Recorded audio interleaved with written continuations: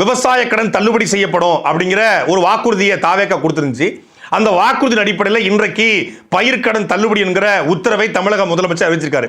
என்ன அறிவிச்சிருக்காரு அப்படின்னா, கூட்டுறவு வங்கிகளின் மூலம் 50,000 வரை பயிர்க்கடன் பெற்ற குறு விவசாயிகளின் விவசாய கடன் முழுமையாக தள்ளுபடி செய்யப்படும். அதாவது கூட்டுறவு வங்கியில் 50,000 வரை பயிர்க்கடன் பெற்றிருந்தா அது குறு விவசாயிகளாக இருந்தால் 50,000 வரை தள்ளுபடி.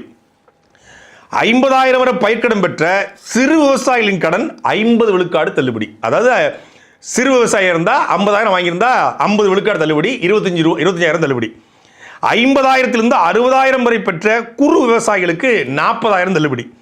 50,000 60,000 வரை பெற்ற சிறு விவசாயிகளுக்கு 20,000 தள்ளுபடி. 60,000 70,000 பங்கு பெற்ற குறு விவசாயிகளுக்கு 30,000 தள்ளுபடி. 60,000 70,000 பெற்ற சிறு விவசாயிகளுக்கு 15,000 தள்ளுபடி. 70,000 80,000 பரிகடன் பெற்ற குறு விவசாயிகளுக்கு 20,000 தள்ளுபடி. 70,000 80,000 வரை பயிர்க்கடன் பெற்ற சிறு விவசாயிகளுக்கு 10,000 தள்ளுபடி. 80,000 90,000 பெற்ற குறு விவசாயிகளுக்கு 10,000 தள்ளுபடி. 80,000 90,000 பெற்ற சிறு விவசாயிகளுக்கு 5,000 தள்ளுபடி. 90,000 1 லட்சம் வரை பயிர்க்கடன் பெற்ற குறு விவசாயிகளுக்கு 10,000 தள்ளுபடி.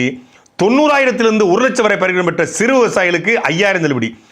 1 லட்சத்துக்கு மேல் பயிர்க்கடன் பெற்ற சிறு குறு விவசாயிகளுக்கு 5,000 தள்ளுபடி. 1 லட்சம் ரூபாய்க்கு பயிர்க்கடன் பெற்றவங்களுக்கு 5,000 ரூபாய் தள்ளுபடி. 95,000 ரூபாய் விவசாயி கட்டணும். 95,000 ரூபாயை கட்ட தெரிஞ்ச விவசாயிக்கு 5,000 வாவாயை கட்ட தெரியாதா?